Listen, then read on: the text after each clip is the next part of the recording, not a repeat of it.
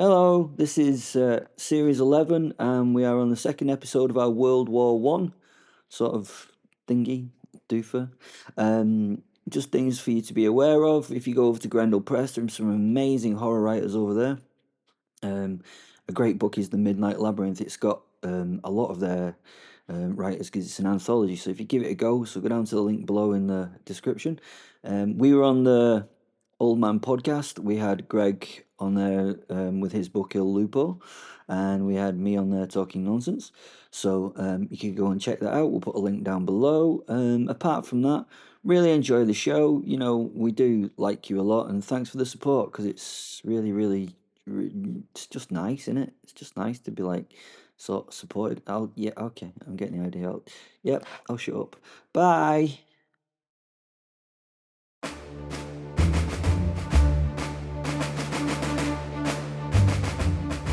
Major Simon de Montfort.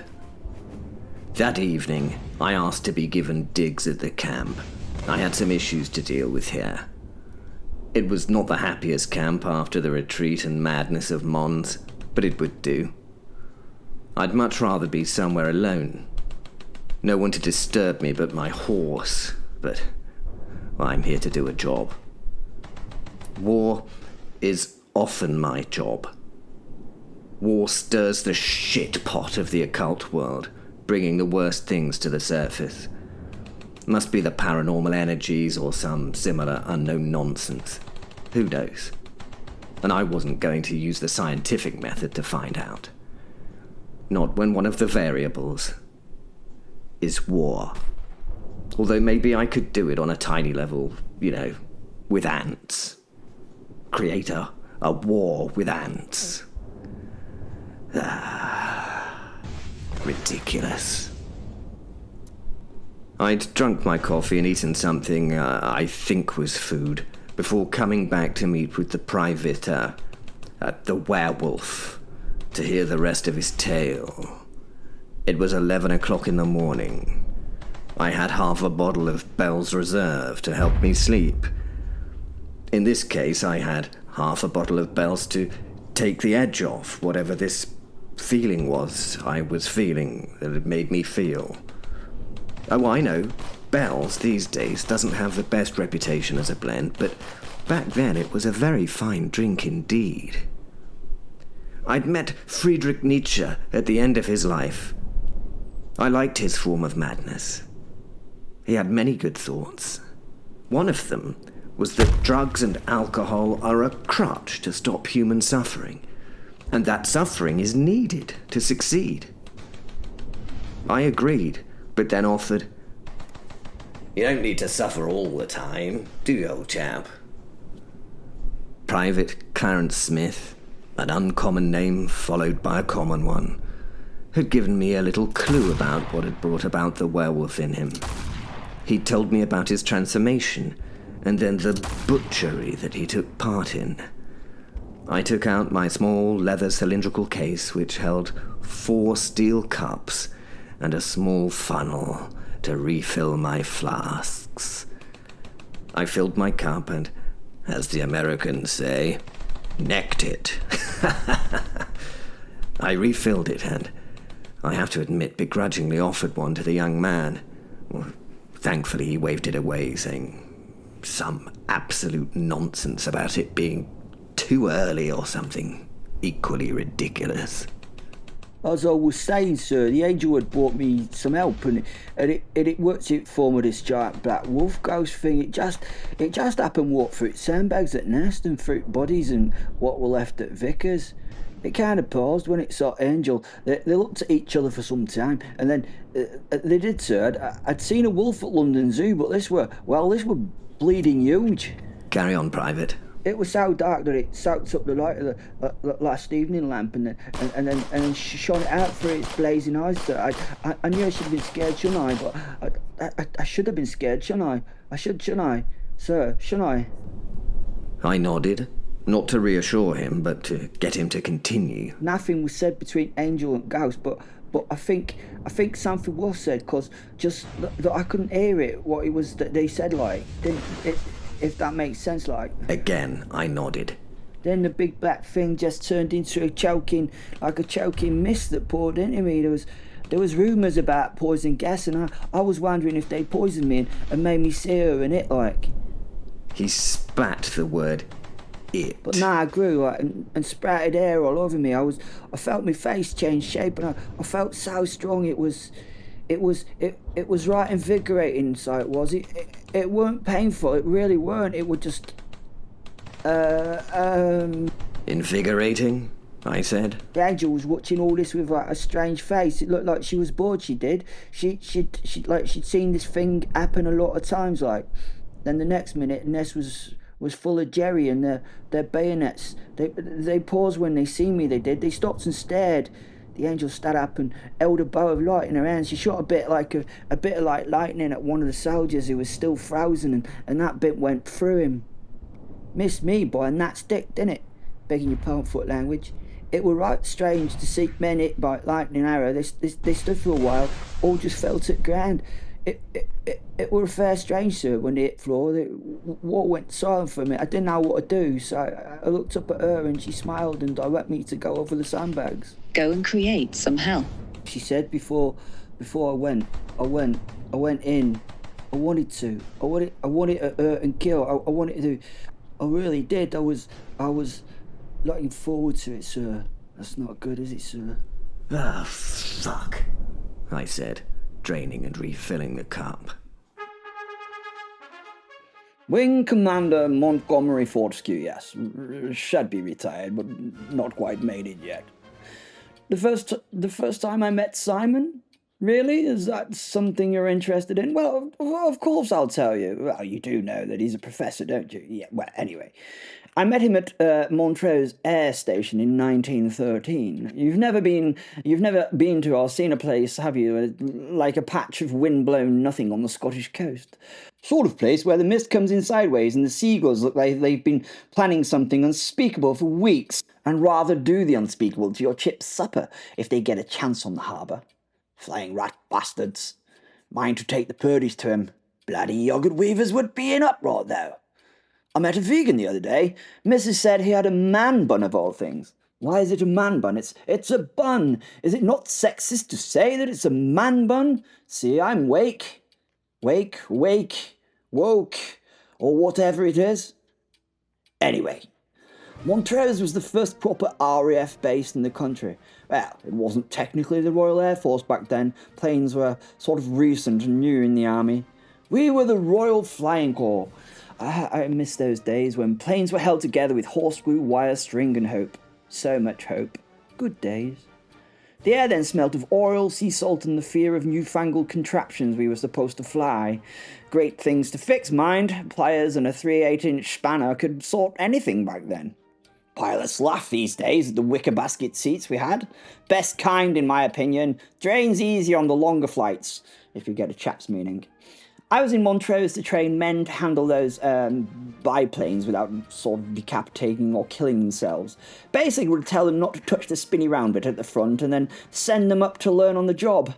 If you can control your standard BSA motorcycle, you can fly a plane. Still stand by that to this day. I still have the old Winchester 6-horsepower BSA from the Arms and Ammunition Company. Runs like a dream, I tell you. Well, when it runs, that is. It's done more miles on the back of a recovery lorry, that thing. To be honest. It was a quiet posting, Montrose, back then. Well, it was quiet if you don't count the occasional engine fire and spectacular crash. Lots of crashes in those days, mind. Blame it all on the chap who thought it was sensible just to send them up into the air without any training. Small joke there at my own expense. Still, the word in the Royal Flying Corps was that if you walked away from it, then it was just a heavy landing. And then he walked in on a boding evening. Yes, boding describes it well. Not in a bloody uniform, and not from any century I recognised either. He wore a dark coat, like a shadow had been sewn into the shape of a man. A well-tailored shadowy shape, mind. We used the same tailor back then. Pinky, the wife, now buys my kit from M&S, and Matt and Alan, whoever they are, Matt and Alan are not so bloody good with the tape measure. Never had a fitting there. Why say they know my size? They bloody don't. Keep making my waistline larger on my trousers. Sorry. Oh, yes, the professor, sorry. It was his eyes, you know. God help me, they looked like they'd seen every battle since the world was young and hadn't forgotten any of them. Turns out that was pretty damn accurate. Didn't know this at the time, though. Immortality seemed a little unclear, unreal. He didn't say a word, you know, just marched straight past me and onto the runway as if the place belonged to him. I called after him, something along the lines of, "Hey, you! You can't just..." But he ignored me, and he tends to ignore others. I think it's part of his job description, now that there's such a thing as a job description. Then instead of listening to me, he quickly knelt on the grass and muttered in some language that made the old noggin tingle and tasted like dust and candle smoke. I know, words can't taste, but they can if he says them, dash it. I wandered over and realized that he had seniority in this case. I couldn't see any insignia or badges, but I felt that he was the authority. It was rather strange. He drew a neat circle on the tarmac with a vial of glowing water. I'd seen the water fluoresce off the coast of India a while back, you know, and the water he poured looked something like that. I was getting used to seeing strange things after meeting, you know, those, I don't like to talk about them, but Ghost Zeppelin thingies over the splash. Terrible things, I have to admit. Although I thought he was in charge, I did think he was mad, and I wasn't ready to voice it at that time, though. What are you doing, old chap? I asked him, and he stopped and sighed before looking at me with what was, well, slight disdain. He does a good job of conveying disdain, does the man. If you value your aircraft and crews, you'll want this finished before it arrives. It? I started, but soon quietened. I didn't have to wait long to find out what it was. The clouds, they came first. Not just rolling in, but hunting. Thick, black, and moving against the wind. Then the lightning. It wasn't normal lightning. It was alive with claws and teeth and a hunger for wood, fabric, and flesh. A weather wolf, maybe you would say? You'd better batten down the kites before this thing hits. He yelled over the wind. What is it? I asked as the winds whipped up. He laughed at the sky. He was bloody enjoying this. Apparently the Germans had sent it. Summoning it was cheaper than building another bloody dreadnought. We fought it. I went up with two others in canvas and string biplanes with a Lewis gun bolted to the nose. He fought from the ground with his relics and water from God's own plumbing. We drove the thing back into the clouds between us, and it hasn't been seen since. Plane BE-2C Reg 205 was... Well, it didn't land, I'm afraid. We lost Lieutenant Desmond Arthur that day. Apparently not only him, but his soul as well. A great loss he was. Good bloke, straight bat, Skittles wizard. When it was all over, we few sat in the mess. I drank whiskey. And when I say I drank, I mean I drank. Several bottles of scotch didn't really help me forget that it. Simon, well, he didn't drink. Oh, don't get me wrong, he held a glass of Glenmorangie. It just did not touch his lips, though. He just stared out of the window at the horizon like it owed him money. That's when he told me his unbelievable tale.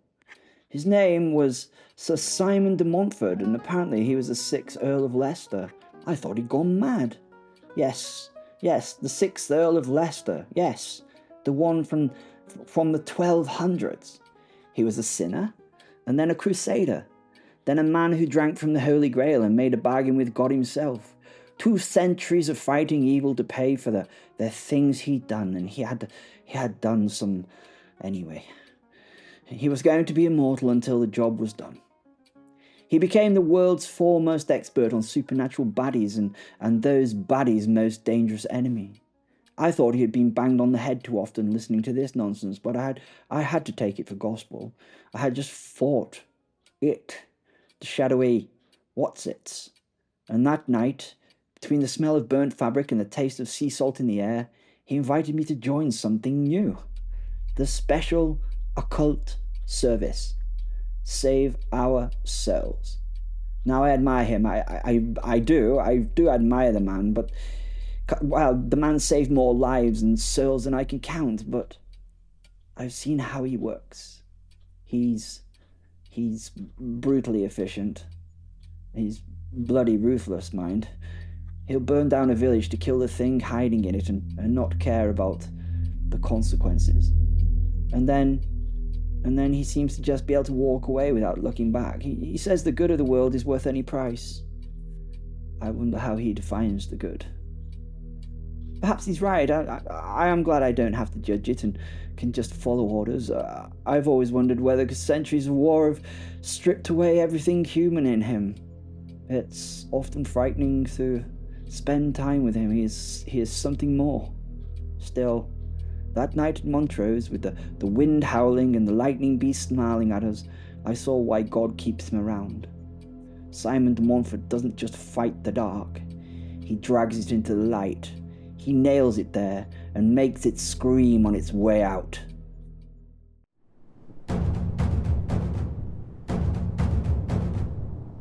A German survivor of the Battle of Mons. You want to know what happens at the bridge, Oberlieutenant? Fine, fine. But you won't like it or believe it. I don't like it, nor do I believe it. I am not crazy though, although I might be now. Who knows, I hesitated while I thought about this. The Oberlieutenant started to tap his fingers. I should be mad. No, I am not. I saw what I saw, and I would swear upon my holiest of texts that I saw it. Although it was the opposite of anything holy that I saw. I continued.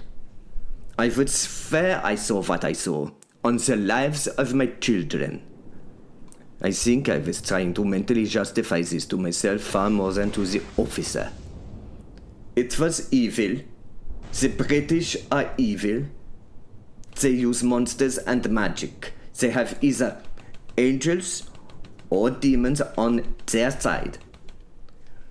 Perhaps they have both. But that was no angel from heaven. Or maybe once was of heaven and fell. I spat bitterly. The Oberlieutenant sighed. I smiled at him. We were moving over the bridge in a skirmish line, slow rifles up, boots slick with the rain, and God knows what else. The British had gone quiet. Their machine guns just whispers now, the way a man whispers before dying. We had hit their line hard. We thought it would be... We figured they'd pulled out. We thought it would be easy pickings. That is when we heard it.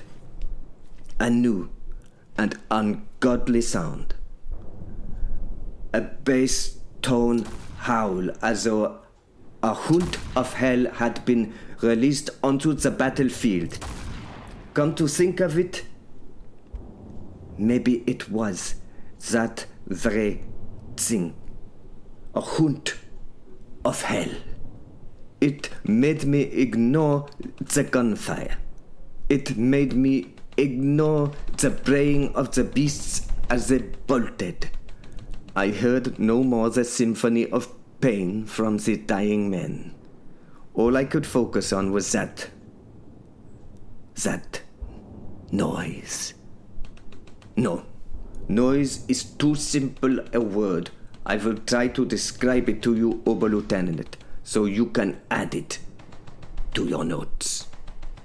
It was a sound like a church organ dropped down a well. Deep und wet. Hungry. You see now, Oberlieutenant, how easy this is not to describe. I laughed at this. And then it was there. A man. No, not a man. Tall as two men. Fur blacker than coal smoke. Eyes like a forge fire. Ah, but no, I did not need to see it. to know it was there. You could smell it before you saw it. Iron and blood. And something that made your bones want to crawl out from your skin. I know, blood and death were all around. How could I tell its smell from the abattoir I stood in? I know not, Oberlieutenant, but I could. Ein stench of promised death, not death already given. Of course. We shot it. I swear to you, Herr Oberlieutenant, we shot it until our barrels glowed. Bullets hit. I saw them hit. And it just didn't care. It shook them off like raindrops. And it just kept on coming. Kessler, little Kessler from Cologne, poor bastard, was first. Only one swipe it took, and his head was gone. Just gone, like someone had kicked a melon off a table. The officer just wrote, no reaction from him. Are you listening to me, Oberlieutenant? It was a moment of anger that was short and regretted, as the man smiled but did not lift his eyes to mine. Kessler's head burst, I went on, my anger only just under control. Don't you care, Oberlieutenant? I asked with a sad tone. Still no reaction apart from him tapping the end of his pencil on the desk, waiting for me to continue. Kessler's coated the thing. It paused for a while in the chaos to lick its fingers like a man would lick grease from his fingers after good meat. This did not have the effect that I expected on the man. He just flicked over the page of his notebook and nodded his approval, I think. Mein Fury had gone. Und then it let go of its rage with a roar that was more deafening than a field guns and howitzers. Sir. Still no reaction from the damned man. He just sat and wrote in his little pad. His face was an emotionless mask. At least he could offer some form of disbelief. I could rail against that. Show me some emotion. It then went back to the killing it was enjoying. It bit down into Franz's shoulder, chewed through it like a bread crust, gulping lumps down with evident pleasure. Men screamed, but the thing didn't roar again. It just breathed heavy like it was enjoying the pleasures of fresh flesh. It tore through us like we were paper dolls. I saw Jürgen split open, his intestines unbound and spilling from him to the floor. They landed like twisting bloody worms. A young soldier to the left of the Oberlieutenant groaned his disgust. Or was it that his stomach was trying to empty itself? And he was still screaming as it ground his guts into the mud with a foot. No, a clawed, a claw, I don't know. ripped and rendered, stepping over him, sir. Why did it not kill him? Why did it just move on? This was not right.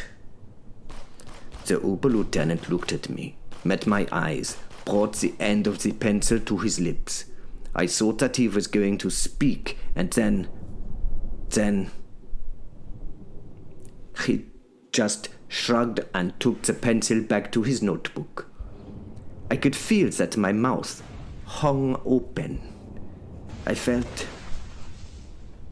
Mueller emptied the full clip into its mouth, and it bit his arm clean off, elbow to the wrist, and tossed it away like a rotten thing. Then the monster just left him. It continued past poor Mueller. Poor Mueller, who screamed as he lifted that stump to watch the life pump out from the wound. Does this name not bother you, Herr Oberlieutenant?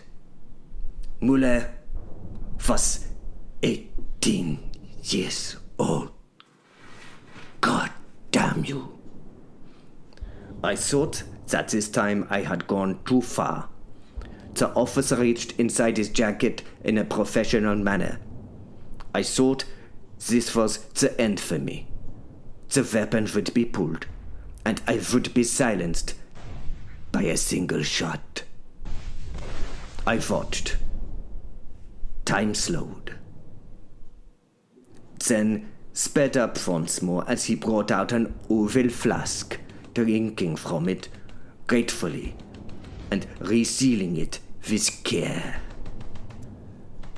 The man briefly looked at the metal flask thoughtfully, rubbing his thumb over some inscription and smiling before replacing it in his inside pocket. I did not know what to do, so I continued with my story. Mueller fell and was silent. We were slipping on blood, tripping over pieces of each other. And the beast, it never stopped.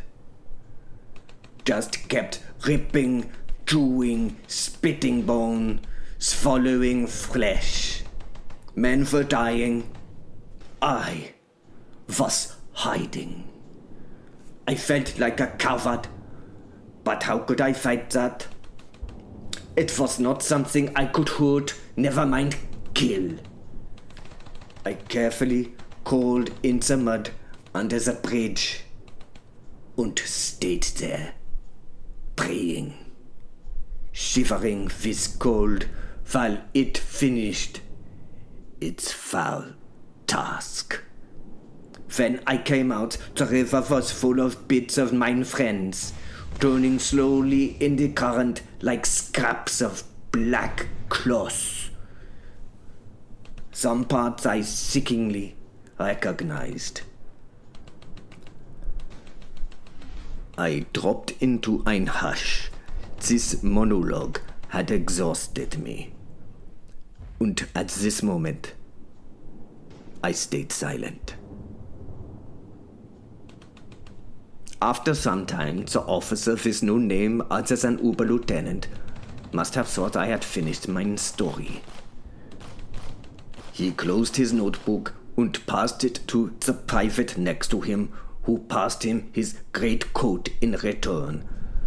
As he stood, the officer pushed the chair out beside him. It scraped the wood off the floor. You think the wolf is the first of it, Herr Oberlieutenant? The man froze. You think that was the first of it? I laughed. Nine. That was just the start. The officer put the chair back at the table, passed his jacket back to the private, and received his notebook gratefully in return, still without speaking. He sat again, straightening his trousers carefully before settling.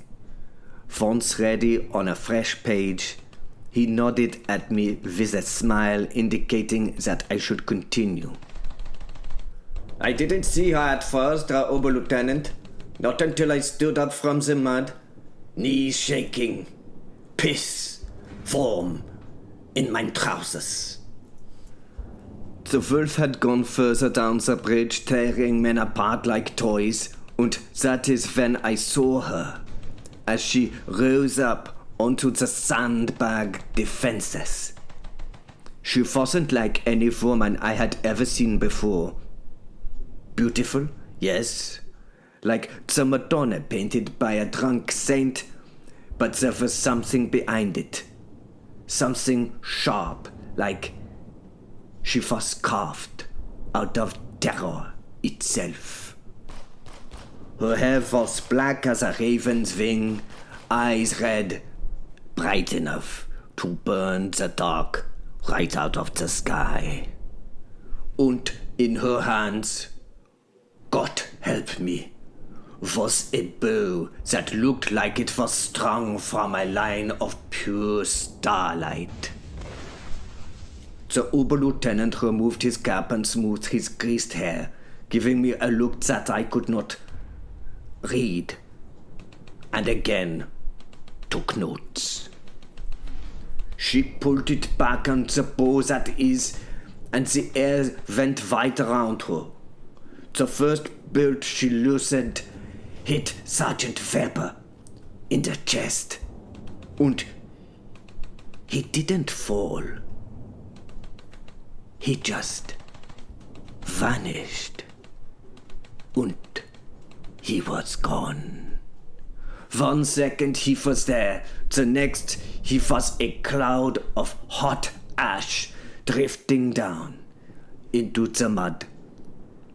And the noise of that impact was most chilling. It was like being inside a lightning strike. Maybe she was using lightning. Maybe she was. I don't know what she was. I was lost in thought for a moment as to what the woman had been. She fired again, and every man she struck turned to nothing but smoking bones or dust, or both, that the wind simply took from us. The lack of screams, the lack of anything but the noise of the strike. At least she was quick, I suppose. I feel that her targets didn't feel any pain. What do you think, Oberlieutenant? Did they feel any pain? There came no reply. What do you think she was, Oberlieutenant? No reply again. Just that look of... how could I sense what that look was? A mixture of weariness and resignation. She made it... It is such a small word to use for what she did, but she did make it look like a form of art, Oberlieutenant. Some of our brave boys managed to get close, bayonets ready. What were they thinking? They had at her, honestly, the bravery of them. Or was it madness? I looked at the man for an answer, but he just continued his writing. I was not annoyed at him anymore. I just accepted that he was not going to speak. That's when the bow shimmered, twisted in her hands and became the sword. Ein blade made of fire so bright I could not look straight at it. The man stopped at this and tapped his teeth with the pencil again before uttering one word. Luci-fer. And got back to writing with a beaming smile. She then skipped gracefully down off those sandbags like a dancer, cutting men apart. I was frozen, watching. I could not move. I admit to you, it was mostly fear that held me rigid, but I also believe it was fascination. Limbs flew, blood sprayed in hot arcs. She didn't grunt, didn't shout, just smiled like she was at a summer picnic. She was incredible to watch. She seemed to know where the men would strike or at which point they would shoot, because whatever they did to attack her, she was just not there. I did not explain myself well. How do I say this? A man would stab with a bayonet. She did not respond to the attack. She did not block it or slip out of its way. No. She just was not where he stabbed. It looked like a dance that she knew, but the men did not know. It looked, what is the damned word? Choreographed. The wolf roared somewhere down the bridge, chewing at the last of the men. She stood there, looking at the ashy ground, a bitter smile on that dreadfully beautiful face. She was lit by the glow of fire. Her hair whipped in the wind that now blew, the fiery sword dripping molten drops onto the mud. She was so much more terrifying than the wolf thing. She looked at me, she looked directly at me, and it hurt. She was only a few steps away. She could have easily. You know. I thought she was from heaven, maybe. The officer shocked me as he laughed openly at this. I wanted to believe she was. But why would God send her against the righteous? We are the righteous, are we not? The officer gave me a brief dismissive look before returning it to the pad as though I had spoken nonsense.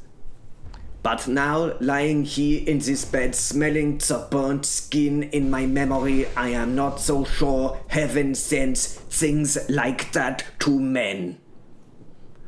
I had no more to say. I looked up at the officer, who was now staring at me and sucking at the pencil like a cigarette.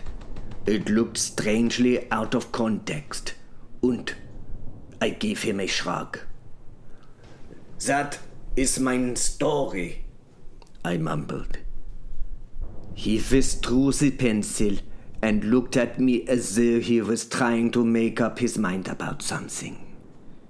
He nodded and smiled at me, which I took for his thanks. He passed his notebook and pencil back to the standing private. The private offered him the coat as he stood, but the Oberlieutenant refused, getting to his feet to tidy his jacket and smooth his own trousers. Once this and obviously practiced procedure was done, he went right back to staring at me in silence. It was, I must admit, most disconcerting. After some time, he cocked his head to the left, straightening his moustache on that side with his left hand. He did the exact same thing on the right before he offered me another nod and reached for his gloves. They hung from the pocket of the greatcoat, folded over the private's arm. He paid them a lot of attention as he put them on. Once happy, he again turned to me, and slowly reached down to his belt, to the holster, where he carefully undid the clip, and he brought out ein Reichsrevolver. He lifted the barrel of that gun towards mine head, and